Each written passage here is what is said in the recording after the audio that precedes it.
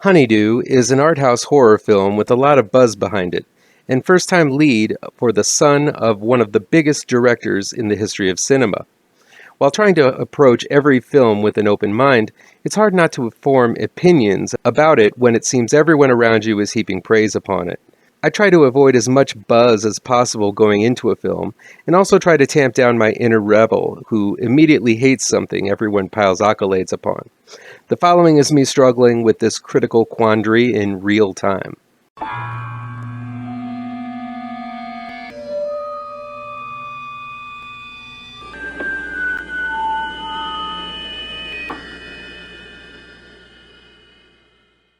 Welcome back to ML Miller Frights, a part of the Kings of Horror Network. I'm ML Miller. While you might be watching this video on the Kings of Horror Network, I urge you to click over to my ML Miller Frights YouTube page and give it a like. Please share with all of your buddies.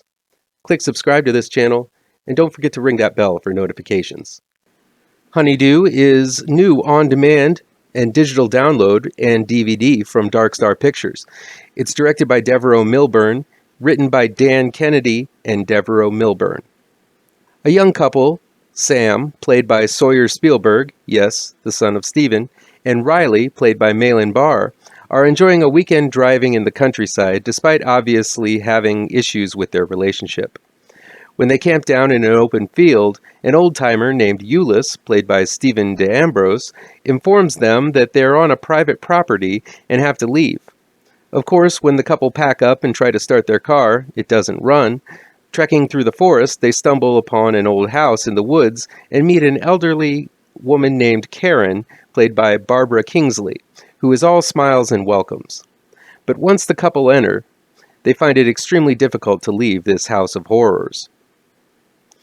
A pair of unsuspecting kids wandering into the home of a weird cannibal family living in the countryside is kind of my jam. So one would think I'd be all about this Honeydew movie. And for parts of it I was. Director Devereux Milburn does a really fantastic job of establishing a dank, cramped, and unusual atmosphere for these two youngsters to wander into. Even before entering the house, Milburn has a way of capturing the oddity of normalcy of the roadside and the wooded areas around it. Once inside the home, it's lived in, dark, and confusingly constructed, with all sorts of weird corners, corridors, and stairs going up and down and all over the place. If this film is successful at anything, it's capturing an otherworldly landscape for which the drama and terror unfolds.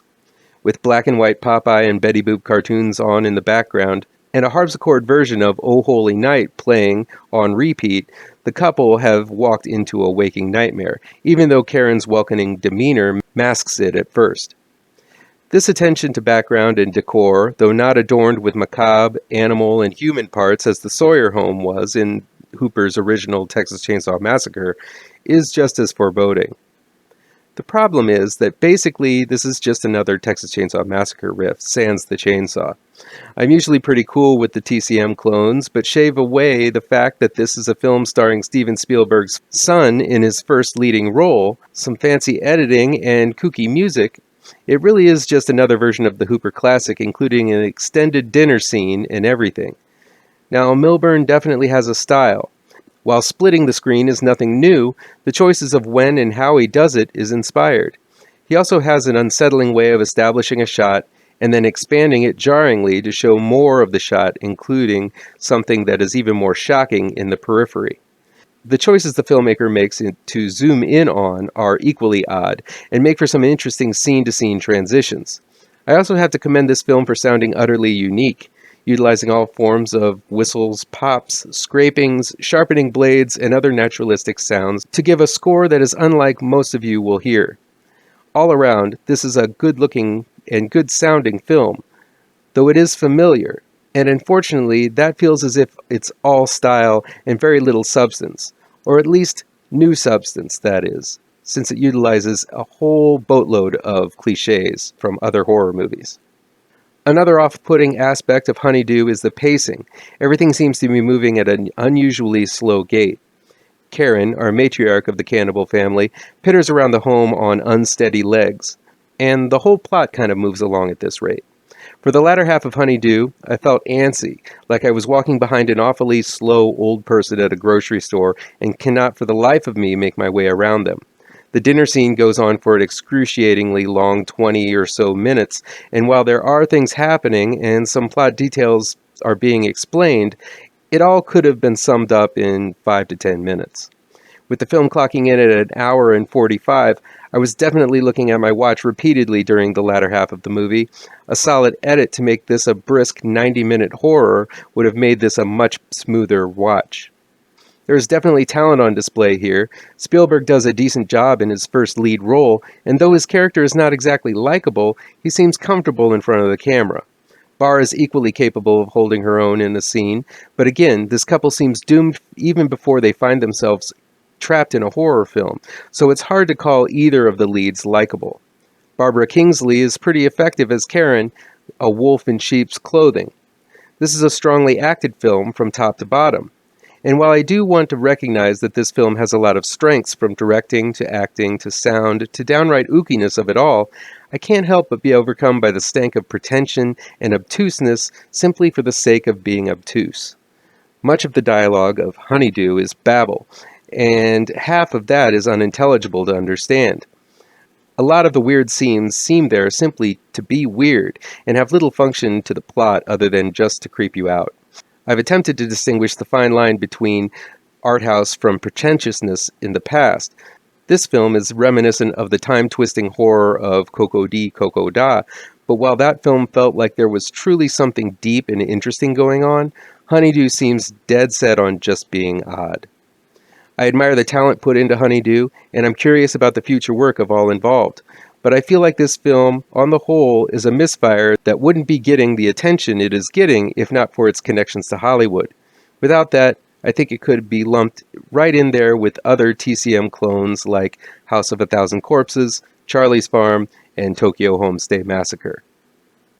That'll be it for today. Please chime in down below in the comments and let me know how on the nose or mind-numbingly wrong I am, or you can counter with your own review. So guys, you know how YouTube works. I'd love to be able to dedicate more time to this channel. I'm not monetized yet, so if you want to help me out, remember to hit all the pertinent bells and whistles down below. Want some spooky comics to read? I have 2 new horror comic book trade paperbacks you should look out for. Both Gravetrancers and Pirouette, collecting never-before-published issues, can be found in only the finest of comic book shops. If you're looking for written reviews, you can find them on my website, mlmillerwrites.com. If you really want to show your support, I also have a Patreon page at mlmiller. Look for the link to my Patreon page down below. Thank you so much for your time, and take care.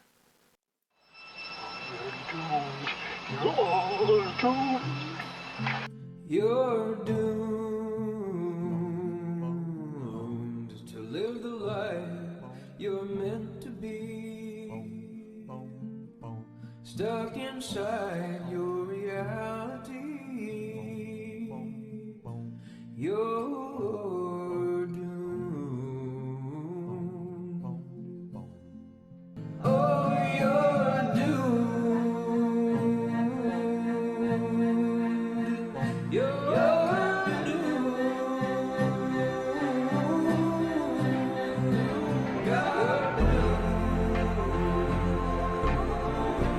Live the life that you are meant to be. Live inside